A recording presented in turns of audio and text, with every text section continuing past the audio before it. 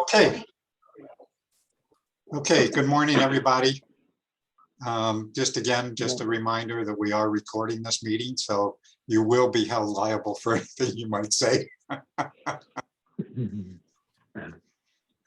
So first of all, as always, I'd like to thank our sponsors, Care First, Mauricio, and Steve. I don't know if you're on the call with the Satellite Broadcasters Association.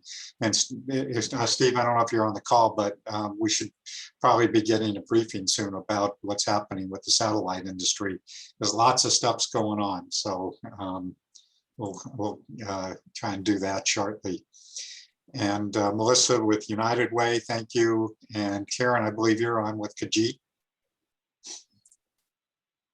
Did I see you there? So I want to thank you all for your support.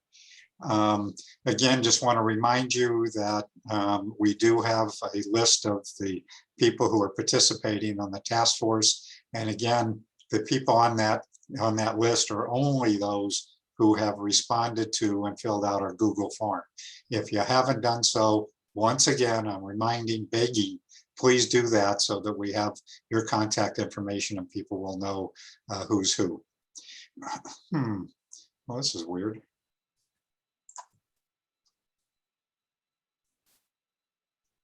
Oh, there we go. That's better. So in just a little while, we're going to hear from Adam Fletcher, the Executive Director of Youth and Educators Succeeding, and some of the new stuff that they're doing. Excuse me, we heard from Dennis Harper early on when we first started the task force that lots of stuff has changed. And so I think he has some very interesting information to share with us. So we're going to hear from him very shortly.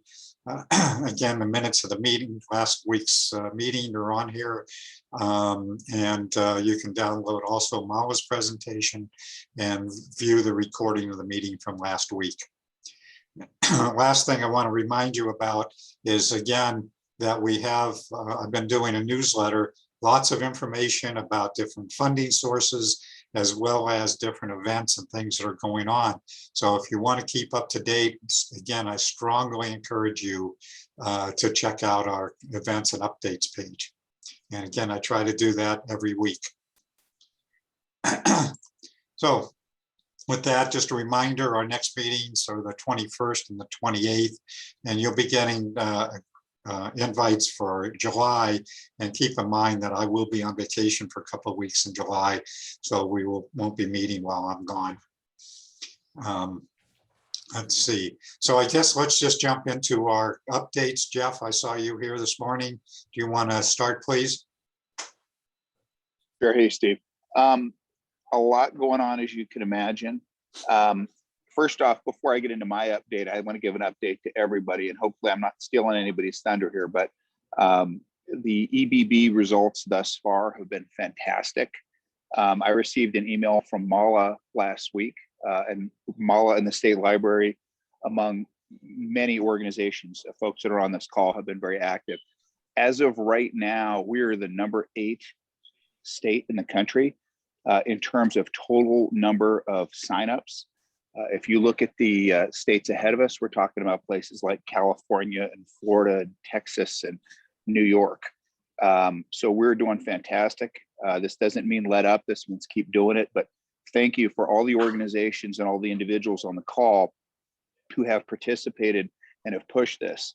This is a great program. And $3.2 billion sounds like a lot of money, but I'll tell you, there's a point when it's going to be gone. So thank you. Next up, we've got our follow-up session to our webinar on Wednesday at 10 a.m. Specifically, what we're going to be doing is we're going to be talking about two different issues. Call it an elevator pitch, the ability, if you're involved with an organization or a community, to talk in a real concise format about what you'd like to accomplish with broadband in your community, or what project you'd like to get put across. I can't tell you how many times people say I have bad broadband, or they just sort of ramble through a thing. And I'm trying to be patient and talk to people about, well, let's get specific here. But the reality is that when you're talking to folks, particularly in the grant community, they want to know specifically what you're doing. So that's half of it. The other half of it is to look at what specific projects are out there that you qualify for. So we're working on kind of a flow chart with some of our federal partners and others. So if you talk about who you are, what organization you are, you're a community, you're a city, town, county, whatever, and it sends you down a path. So this is sort of a really early beta test, but we're going to talk a little bit about that, try to put some folks into that flow chart and see what we can do. Excuse me, Jeff, is that open? Is that an open meeting? Excuse me, what is it, an open meeting? Yeah. Yeah, I mean, absolutely. It's the 2 follow-up sessions from the webinar. So they've got it divided into northern and southern. You're welcome to attend either or both. So please feel free to attend. We got great representation from AZBSN on last month's data calls. So please feel free to join. So Jeff, I don't think I have that information. Okay, well, I'll make sure that our marketing folks do another blast out today or tomorrow to make sure that everybody who's on that list will get it. Okay. Again, you can always go to the azcommerce.com/broadband website, and there are registration links on that. But I'm sorry if you haven't received that. I'll get with them today and find out why that hasn't gone out. Okay, thank you. Another bit of an announcement for those of you, I've talked to a few folks, is we've retained KPMG as our in-house or our external, I should say, consultant firm to help us particularly with the middle mile project around the highways, connecting up some of our population centers and monetizing that. We've had our kickoff meeting last week and we're really getting started this week. Incredibly impressed with what they're doing in terms of the tools that they bring to the table. They've done this in other states, specifically Georgia, North Carolina, and Pennsylvania. So we're very excited to have them as partners here with the state. So you're going to be hearing a lot about KPMG and the stuff that we're doing. Some of you actually we're going to ask to meet with them just to give your impressions on things and your overview of where our middle mile network should be going. Lastly, I'm going to be traveling this week. We're finally back to normal travel as much as we can. I'll be in Flagstaff later today. Thank God, I think it's supposed to be 115 here in Phoenix, and Prescott tomorrow. So obviously we want to start that process of getting out and talking to the communities. What we are talking to different communities about is that NTIA grant that you all hopefully have received some information on. It's $288 million. Obviously, we're going to get a lot less than that at the state level, but working with different communities and organizations to get those grant applications. We're going to be partnering at the state level with someone. I've had some great discussion with several counties, very, very active in this. So we're excited, which will hopefully lead into our RBDG grant, legislature willing, at the end of this month, starting in July. So quite a bit going on. And to top all that off, my computer completely crashed on Friday. So if you've sent me anything recently, I apologize. I haven't got it. I'm working off my iPhone today. I'm supposed to get a new computer when I get in the office here in the next little bit. So quite a bit going on, Steve. I'm glad to see you're taking a vacation. I think we all need to do that at some point. And if you need to get a hold of me today, please do call or text me on my cell phone. Great, thanks, Jeff. So yeah, there's just so much happening, so many different funding sources and programs and all. It's pretty amazing and also probably pretty challenging. Yeah, it's fun, actually. This is an exciting time. We've got some great stuff going on. I can't stress enough how much activity we've had. And I could go down the list of counties. I'm meeting with Matt Fowler, the CIO of Coconino County, later today. I'm meeting with the folks in Yavapai County tomorrow. I met with Pinal County.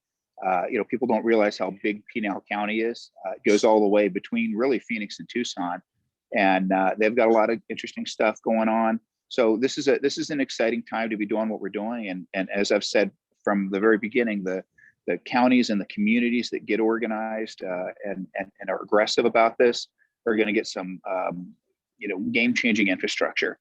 And those who don't are not. And so we're trying our best to get everybody involved and to move this ball forward. Again, thank you for everything you all do at AZBSN. I think we need to get the word out that, this is the time for action. The time for planning and meetings is over, and we're moving forward with some really exciting stuff. Great, thanks, Jeff. And so, Jeff, I know that you've been doing some great webinars. If you people have missed it, they have been posting those recordings, and we're also including it on our website. And I'm sorry, somebody was asking a question. Yeah, this is Oris. Yeah, Oris. I'm not sure the chat is working. It seems to, at least I can't enter anything into it. I don't know if anyone else can. The chat? Yeah. Huh. Well, it looks like. Okay, there it seems to be working. Okay. Yeah, okay. Never mind. Never mind. Okay. You're just too chatty. We had to mute you, Oris. Okay, Molly, you're on. Hi. Yeah, it's rare to have Mylan on, so I'm going to let Mylan do most of the talking, but I just. Excuse me, Molly, you want to introduce yourself real quick? Sure. This is Mala Muralidharan. I'm the state E-rate administrator for public libraries. And I'm working not only on the E-rate program, I'm also assisting with the EBB and the soon to be coming ECF programs. And all those acronyms are, words we've already been using for a while now. So, Jeff, you spoke about our EBB tracker that I sent you last week. It was at 82, almost 82,000. This week it is at 87,000. So from last week, we've gone up about 5,000 households. But again, I'm not resting on these because these are only numbers from those who have applied through the national verifier. There may be more, but this is a two-step process. They have to follow up through their service providers, and the service has to start, and we don't have good data from that end of it. So let's keep doing what we're doing. Thanks to everyone who's been pushing right through the grassroots levels and getting the word out. We've got the word out. Now we've got to make sure that we go all the way through and get everyone signed up. It's not an easy task, I assure you, but we're going to try and keep going. Our libraries are helping a lot. They're helping people who come to them. They're pushing out notices. They are making sure that people have their documents scanned and uploaded. So we're doing a bit.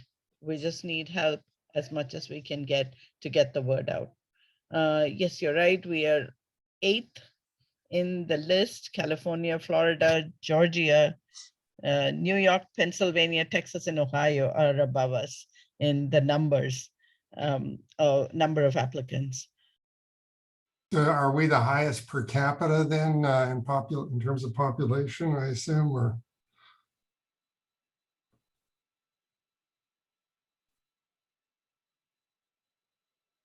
Hello? I don't know. Sorry, suddenly my system went on mute. Okay. Oh, Yeah, I think it's a great question, Henry. It's good to try and see. So you're giving me food for thought and homework to do. okay.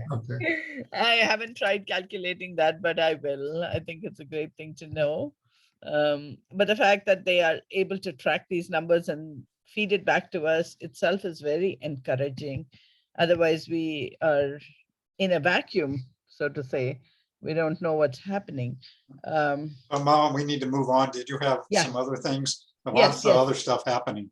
Yes, I just want to very quickly tell you about the ECF issues, but Mylan will probably, if he does have anything else to comment about, he will about ECF. But we're trying to work with ALA to appeal the fact that we really do not think we can deal with the 10-year retention of data. They're asking for personally identifiable data to be tracked for ECF.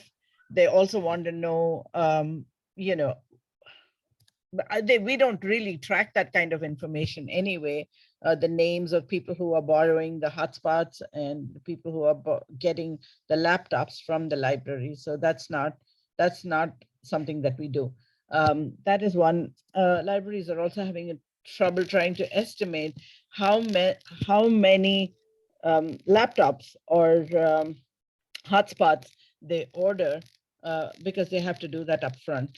And what is considered adequate, what is not considered, what is considered as proof of what they have as adequate. People are just going to be asked to sign, whereas schools are going to have to do some kind of analysis. Yeah, those are the two biggies that we are battling with. Myron, do you have anything to add on ECF?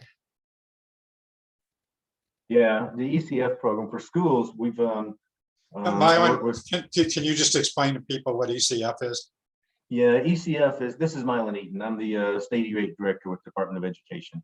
I work with schools the same way Mala works with libraries. So the ECF is the Emergency Connectivity Fund, which is a $7.1 billion program that was added to the E-rate program this year for emergency connectivity purposes. It's a 100% reimbursable program where E-rate is typically reimbursed based on NSLP, which is the free and reduced lunch program. The ECF program, I work with Sophia over at ADE. We put together, or actually Sophia put together a survey for us, which I blasted out to all the schools, as well as communications blasted it out to the schools, so that they can do a survey so that we can kind of collect the data, so we have the justification when the audits come through about who needs laptops and connectivity at their home, since this is all about connecting students at home in their quote new schoolroom environment, which happens to be at home. The ECF program is going to be opening up a filing window. They say in mid to late June. Well, we're in mid-June now. It hasn't opened yet, so now we're saying late June, which is and Steve and I were talking about this earlier. It's the worst time in the world to open up a filing window for schools, since schools are now closed for the summer. Most everyone takes vacation immediately. I blasted out an email this morning about the trainings that USAC is offering. It came in about 6 o'clock this morning, and about 6:30, I sent the email out to all the schools in Arizona. They can sign up for trainings. But I'm looking at my email now, watching all of the out of office responses coming in, where probably 50 to 70% of the people out there that need this training are actually out on vacation. So I'm not sure what kind of opportunity this is going to give us for applying for these, these funds to buy laptops and hotspots. The other question Steve asked was the to and through opportunities, being able to utilize ECF funds to build out some infrastructure to the communities to provide connectivity to the homes. And those opportunities are very few and far between for this program. We were hoping we'd be able to use it extensively. But right now I can think of maybe 3 or 4 areas in the state where this is a possibility. The reason being, they put stipulations in there that say if there is no connectivity in the area, you can use ECF funds to build it. And I mentioned to Commissioner Rosenworcel that I wish they had put in there was no broadband connectivity, which broadband today is 25 and 3, which is very low. But had they said broadband, at least we would have a measurable, something to measure that connectivity by. But since they said, since you have no connectivity, if they have anything, then we Yes. can't use those networks and this money to build out those networks. So it's unfortunate. So we'll do the best we can with what we have. Right. And Steve, this is, like Mylan said, a bad time for libraries too. It's not that library staff are on vacation. It's that they're inundated with the summer reading program. When school lets out, libraries get busy because of the summer reading, and all hands on deck to do that. They really can't focus on E-rate at this time. Well, Mylan, that's tough news, because I got to tell you, just in talking with people around the state, good example is Yavapai County. They've put together a pretty impressive middle mile network. You know, the folks up in the Navajo Nation have got a really impressive project underway to connect up their chapter houses. And you know, my assumption was all those areas would be just a perfect fit for that 7.1 billion. Hopefully we'll get some new guidance on that. That's tough, real tough. Yeah, that's a $20 million project up there on Navajo Nation for those chapter houses, and we're using E-rate funds to do that. Well, those Mhm. chapter houses are libraries now, so Yeah. we're not connecting chapter houses, we're connecting libraries. Hey, we'll That's call them correct. whatever you want. Yeah, we have to call them libraries, but and yeah, Jeff, you're right. I was hoping that we could use those libraries, chapter houses, libraries, and those remote communities as, you know, an anchor institution, so we could jump off from there, expand those networks into those remote communities, and, you know, really build the network. And we can't. So Mylan, is it your sense, and maybe this is for you too, Jeff, about whether the schools, assuming that there are people who can actually write these grants who aren't on vacation, have the expertise, or are they going to need additional help from you? When I say you, Jeff, and Mylan and Mala, what's your sense? So I've got a couple of things I'll put over there. well, the ones that are not, if they're present, this is going to be, it should be a fairly simple process, but I've seen the forms. They are just like what we see every day. They've taken basically the 470, and it's the same fields so that they fill out to ask for the funding. So it's nothing complicated, no more complicated than the normal E-rate process. So they won't need any really extra help. It's just having the people there that can do the filing is going to be the challenge. Okay. We need to move on. Mala, is there anything else that you wanted to add? No. Thank you. So while we were talking about EBB, so Tracy, do you want to say anything more than what we've already talked about? You and your team have done an awesome job. I just want to do a quick shout out to April Jones and DES. They did send that out again last week across all of their networks. And I just want to say again that we don't end here, right? We keep spreading the word about this over and over again. The tracker, I think, gives us new information so that we can kind of say, we're doing a good job, keep going. So I really appreciate our team and everybody on this call who is helping to push that forward. You guys have done a great job. Really appreciate it. So moving on, Sophia, do you have anything that you want to add to what Mylan's already talked about? Can you guys hear me? Yeah.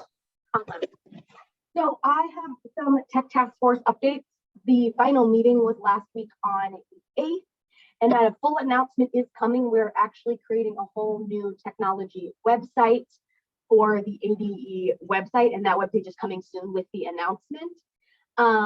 We have updated the Parent Tech Toolkit. I'll put that link in the chat in a moment.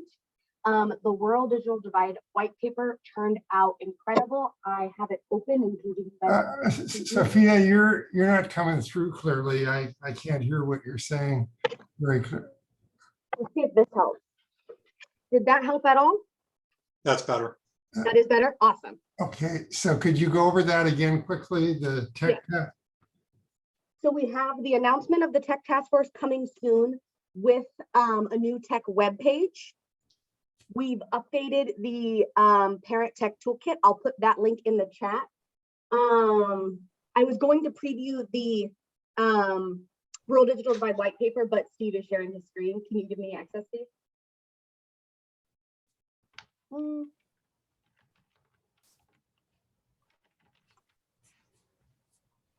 I'm sorry, are you there, Sophia? Yes. Okay.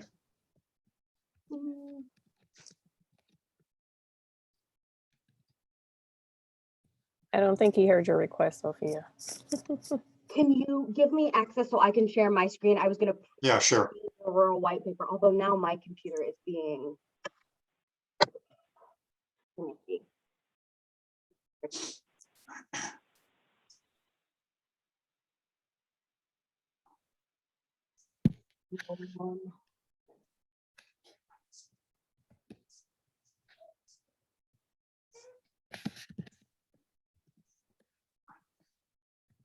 Awesome. So here is the Digital Divide white paper. I'm not going to go through the whole thing, obviously. Paper. This will be in the announcement. I'll make sure you guys get it. It turned out beautiful. We're very happy with it. Here's a preview of what they covered in the white paper, really background on the work. They did a survey and surveyed a little over 100 rural schools, and that's what these sections in the middle are. They've got some great graphs, and then their conclusion and announcements. I'll give you a little preview of what one of the graphs look like from their survey. So they really did a great job hearing from rural schools about what their concerns were. So as you can see, a lot of rural schools felt that the digital divide was their main concern, and that's the focus of this white paper. So we're really excited. Is that the Technology Task Force white paper? Yes, on the rural digital divide in Arizona.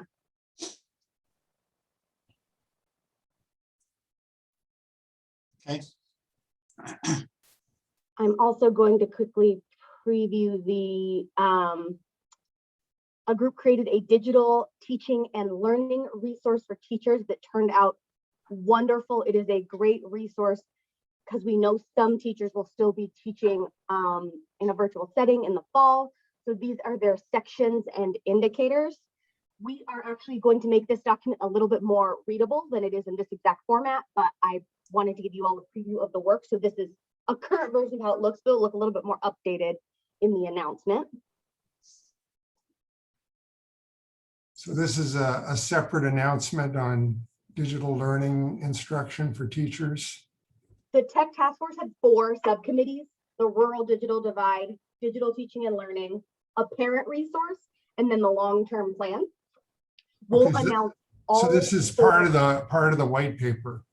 This is a different one. This is a resource for teachers who are teaching virtually for digital teaching and learning. Okay. But we'll announce it all together with a new web page that we're developing for our website. That's actually what we're still working on, finalizing the documents and getting our web page ready to go. You'll see some of Mylan's content will move on to this website. It's going to be it'll be a real improvement for our website. The last document was the long-term plan, which we will have even more infused into our announcement, because that is really the suggestions we got from the group for how ADE can better support schools when it comes to technology. So definitely keep an eye out for that. I also wanted to come back to the survey that Mylan mentioned that we're sending to schools. If you want to help us share this, once again, it is for schools. It's not for individual people. It's not for nonprofits or businesses. It is for schools. But if you want to help us share that survey, feel free to send me an email, send me a message in the chat, and I'm happy to share that information with you all. As Mylan mentioned, we are just trying to support the schools with these new rules for the different FCC buckets of money. Are there any questions for me? Any questions for Sophia? Okay, moving on. I want to share my screen again. So, Mylan, Wes Brownfield, are you on the call? Didn't see him. I'm sure he's at the ASA conference right now. Okay. Do you want to, Mylan, do you want to do a quick update on what's happening with their project, since you guys have been providing funding for them? Sure. So this morning about 5 a.m., the Arizona Rural Schools Association and the Final Mile Project Consortium released 5 RFPs for providing connectivity to homes in rural areas.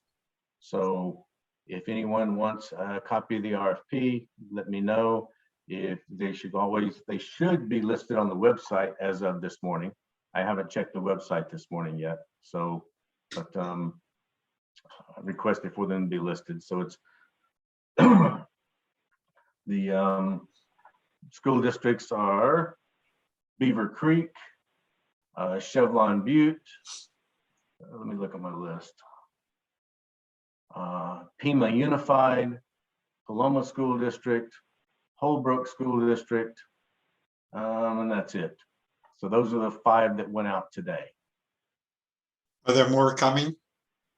Well, we've got $1.5 million today to provide connectivity to the homes in those areas that have said they have no connectivity today, or they can't afford the connectivity today.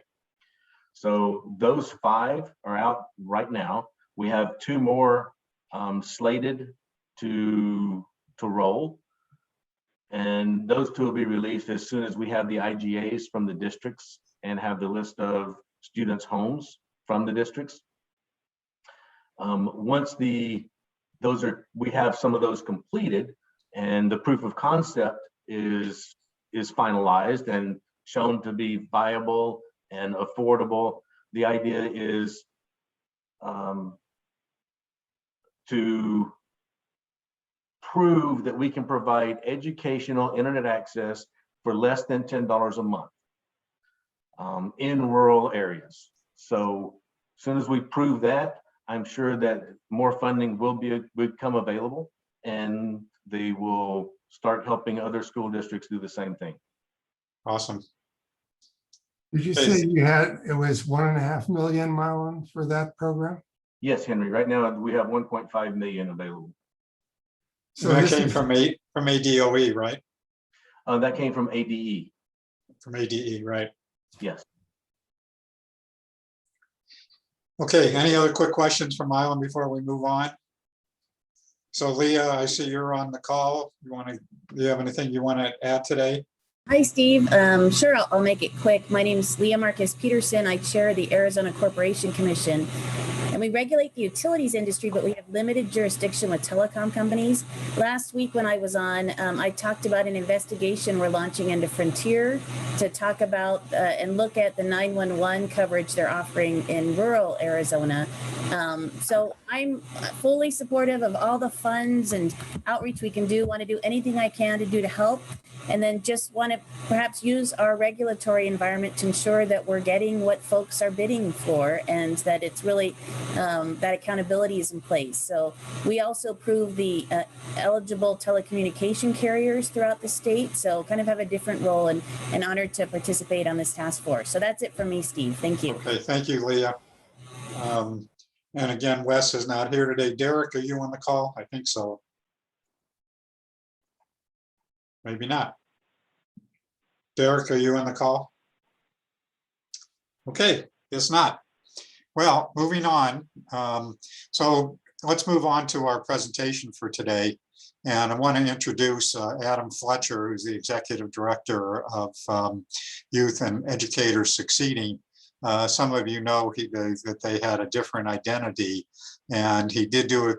We did have a presentation from Dennis Harper, who was the former executive director. He's recently retired. But there's been a lot of changes, particularly since Adam became the director.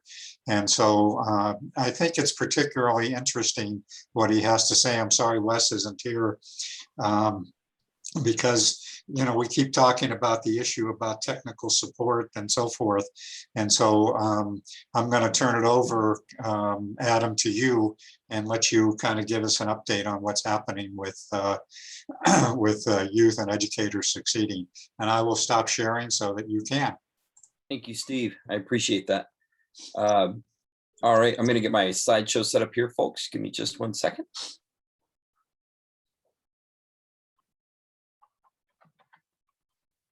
Sweet. Is that on there, Steve? Yep, sure is. Cool. All right, everybody. My name is Adam Fletcher, and I am the new executive director of Youth and Educators Succeeding. Youth and Educators Succeeding was actually founded by Dr. Dennis Harper back in 1996. And since then, Dennis worked with over 2,400 schools across the nation, around the world, focused on this whole mission.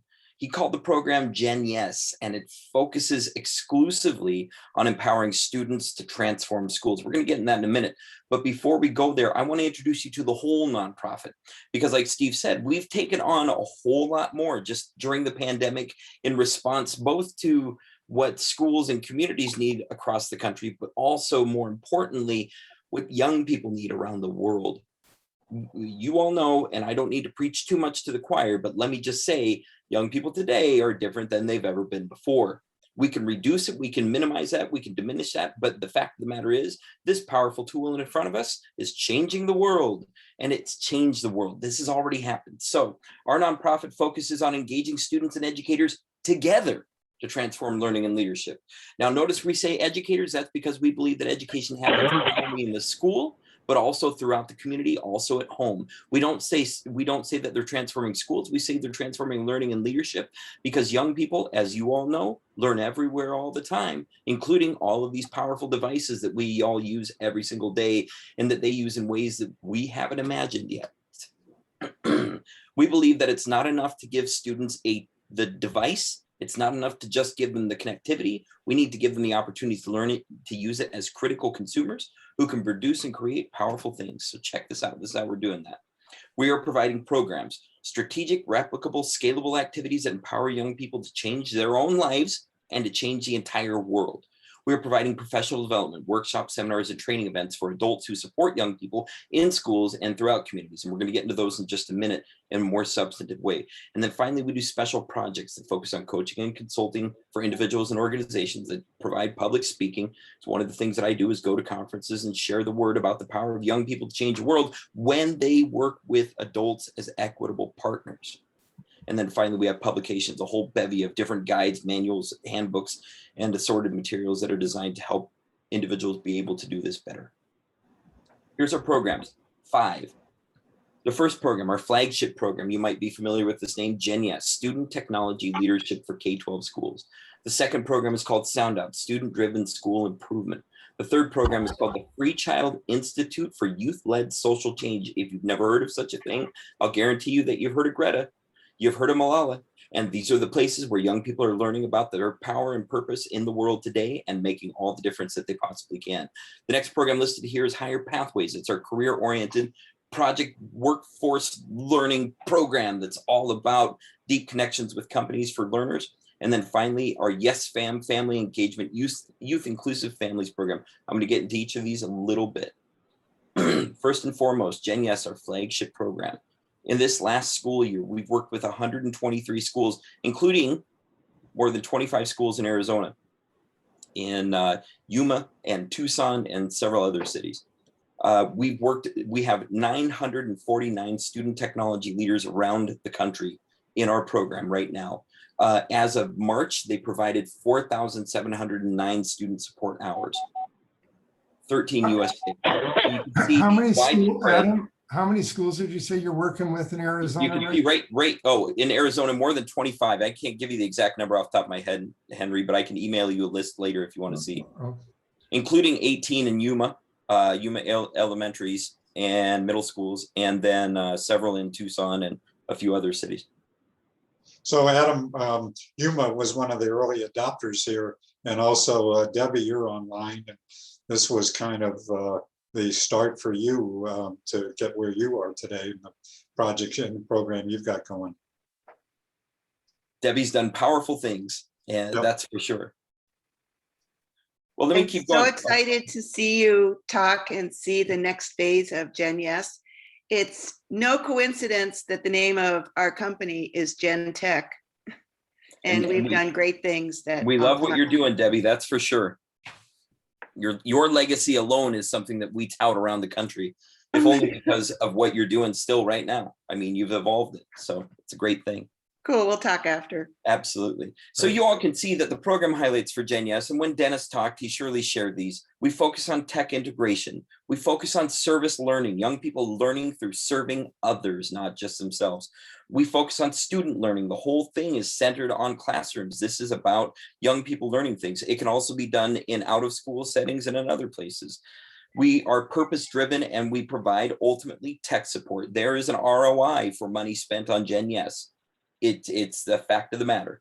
So that said, we have a unique approach with this program that no other program in the entire world uses in quite the same way.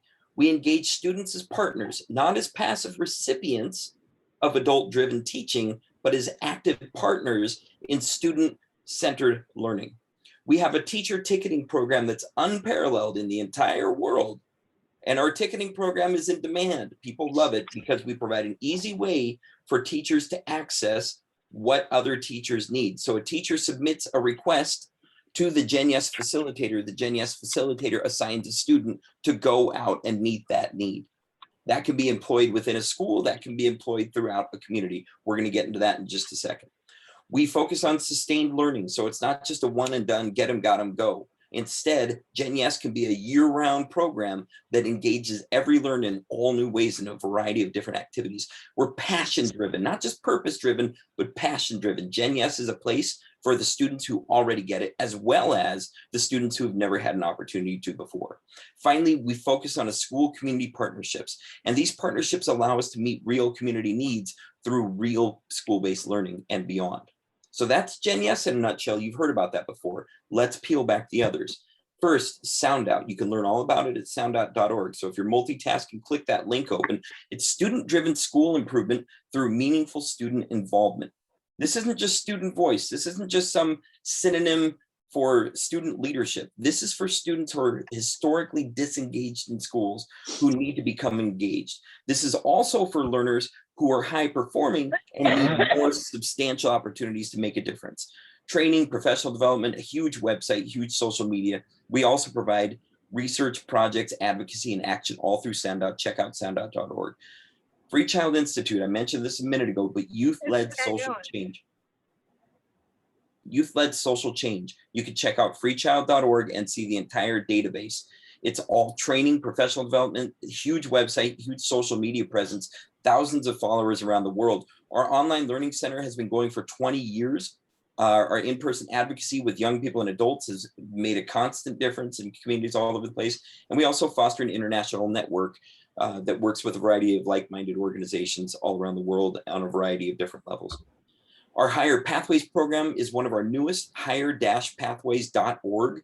It's project-based workforce learning with learners and companies. It's focused between ages 18 and 24 and basically provides a gateway opportunity for these young people to get into companies that they wouldn't have access to otherwise. It's focused on, again, young people who have been historically disengaged in the tech sector, in other career-based learning opportunities that are substantial. So we're not talking about flaggers on road crews or Whopper floppers at the nearest burgers restaurant. Instead, we're talking about substantial entryway into major corporations. And we do that through project-based learning in partnership with community organizations, schools, and workforce development councils. Our final program listed here is YesFam, Youth Inclusive Families for Youth Engagement and Family Strengthening. It's a train the trainer program for government agencies, schools, and nonprofits that focuses on establishing or reestablishing youth engagement within the home environment. All of these programs are offered with online components. All of them are offered with synchronous and asynchronous opportunities, and all of them are scalable. We are constantly looking for new avenues to get this work out to the world. Here's just a little bit about our current partnerships. We're working with the National Service Learning Coalition in DC to bring back funding for Learn and Serve America and other service learning programs, including our own, so that schools and community organizations can access our services like never before. We have a partnership with the Ohio Management Council. It's our largest GenYes state in the nation. We would love to have an equal partnership in Arizona, if not bigger. In Ohio, we're working with about 100 schools. That would be easy to do in Arizona. Finally, we are the heart of the Student Voice Research and Practice Coalition, an online group of researchers, practitioners, teachers, students, advocates who are fighting for student voice in school districts, agencies, and individual buildings around the world. Really powerful group, really fun work going on. Our projects currently include the International Student Voice Summit, which is happening June 24th through 26th. There's lots of information about it online. I would love to share it with you. Youthinfusion.org is a new project that we have going that focuses on taking youth involvement and youth voice to the next level throughout communities by infusing young people throughout the entirety of an organization, including its culture and structures. The Compton Unified School District Summer Camp, we are working with a school, with a facilitator in Compton to provide tech-infused summer camp program. And then finally, we are one of our new projects is the California Student School Board Member Association. These are students who are on school boards throughout the state of California. It's legal there, it's wonderful there. There are more than 50 that are on school boards right now, and we are working to support them and the boards that support them every day. Our possibilities are really wide. We really want to drive in on local collaborations and having local hotspots across the country where youth are engaged as partners. We want statewide and national projects. You can see what we're doing above. We want more. We want them with substance and opportunity, and of course, sustainability in the middle. And then finally, we are fostering international connections like we never have before. We have schools around the world, and it's why not connect students with other students, educators with other educators, and beyond in order to have that. Finally, we want to collaborate with you. You see our mission, you understand what we're doing now. We engage students and educators together to transform learning and leadership. There are opportunities for all these different organizations, whether they're K-12 schools, districts, state agencies, nonprofits, local and county agencies, foundations, and corporations. Youth and Educators Succeeding is taking that next step. So that's an introduction to where we're at today in 2021, on the outset of the pandemic, after 25 years of existence and looking towards the future. That's a little bit about what YES is and does. Any questions, comments, concerns, considerations, ideas? Questions, comments, anybody? Well, Hey, I Adam. want to say, I'm sorry, go ahead. Adam, this is John Kelly. I just wanted to let you know that my youngest son is a Gen Yes alum, and I can't tell you how important it was for him to be in, 5th, 6th grade, helping adults how to maneuver with their technology. He's continued to have a passion for it to this day. And so it was an incredibly important moment. So thank you for everything your organization has done and will do in the future. Thanks, John. John, I really appreciate that. I mean, and it's parents' stories are the ones that, they get me the most, because teachers will pipe it up and a principal will pipe it up, but you lived with the outset, both while your student was in class, but also after that. So that's cool to hear. Thank you for that. Okay.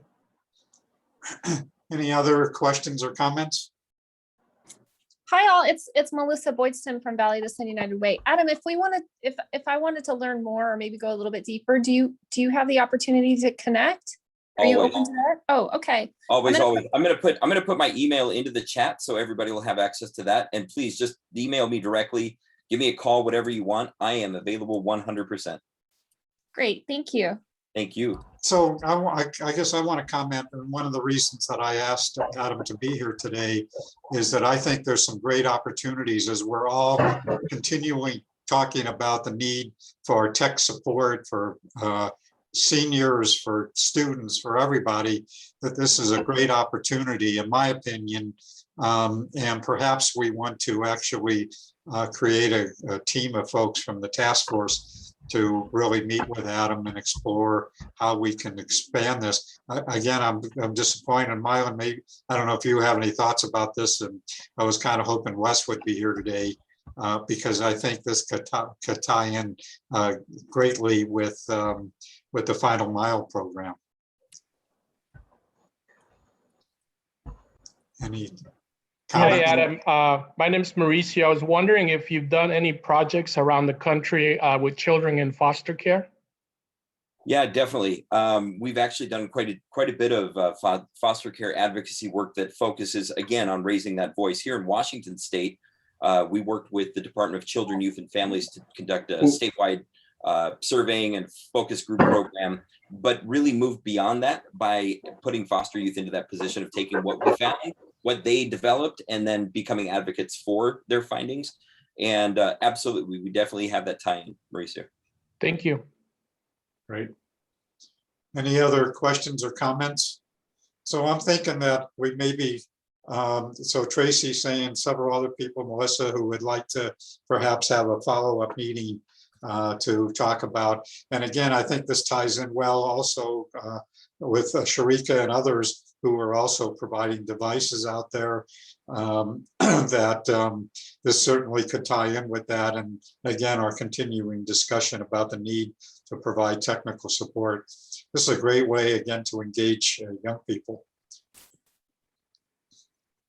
Thank you. I appreciate the opportunity, Steve. This is a great connection. And please, I encourage everybody to just reach out and let's get connected and tie it all together. Sounds awesome. Very cool. So again, I saw several people who put into the chat that they wanted to be a part of that discussion. So we'll try and get that going ASAP. Any other questions or comments again, Debbie, you know, certainly have taken off on the work that these folks have done over the years. Okay, Adam, could you stop sharing, please? Absolutely. Thanks, Steve. You bet. So I think we're about done for today. Any other questions, comments? So the other thing is that, again, I encourage you to check out our newsletter that has a listing of resources, particularly a lot of the funding sources that are coming, so that we can also all be prepared for that. Cindy, I see you're online. Do you have anything that you want to add about EBB? And you've been really a tireless worker on the EBB. Yes, I've been going to a public housing project on Friday mornings and trying to sign people up. It's been a little quiet there for a number of reasons, but I'm also working with Wes and going out to Ajo on June 22nd to see if I can get people out there signed up for their local with their local provider. We'll just see where it goes. We're learning every day, aren't we? Yep. And Marcelino, I think you're online. Do you want to say anything more about Pima County?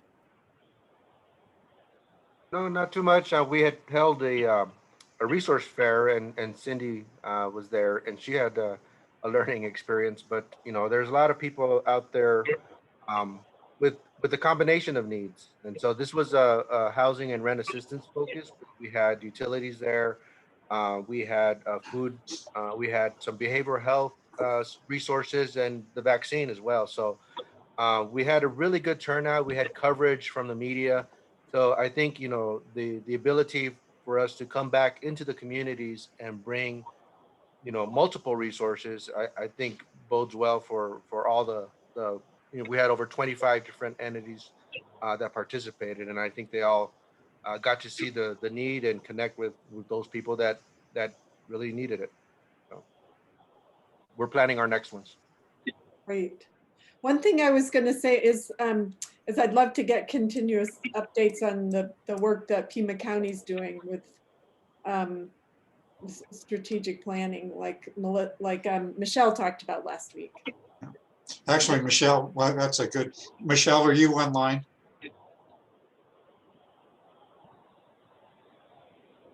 Okay, well, we are, Cindy, going to be working on a community-wide plan. And so there'll be more stuff coming. We're trying to get some information from some key people, from Jeff and others, so that we know how to best proceed. And then we'll be developing a community team. So I'd be very interested in that. Yeah, so you'll hear a lot more from that. Perfect. Okay.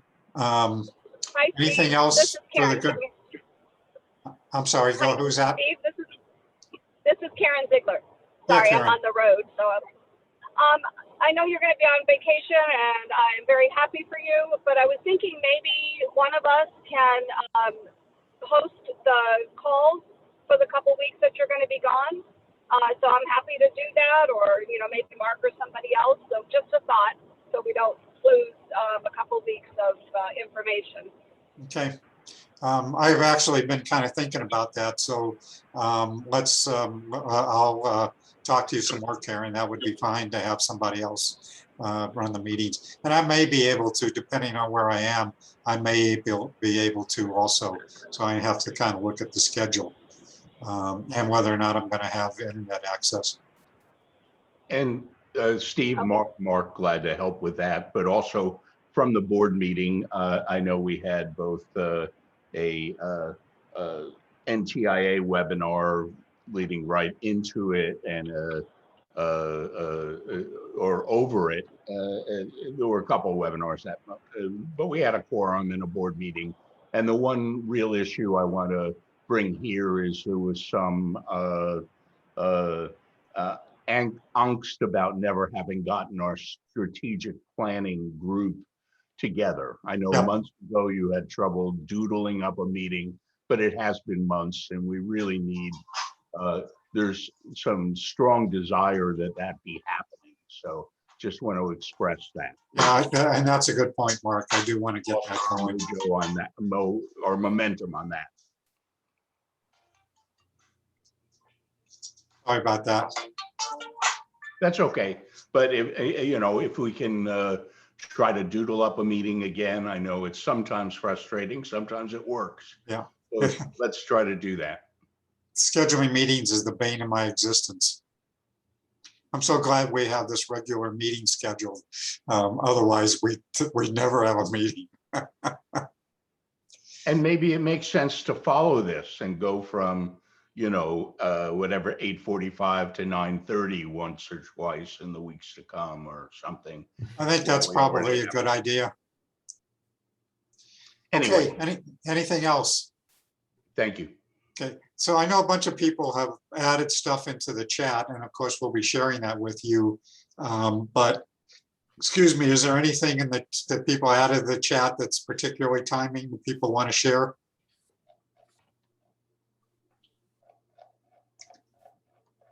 Okay, well, if not, then I think we're done for today.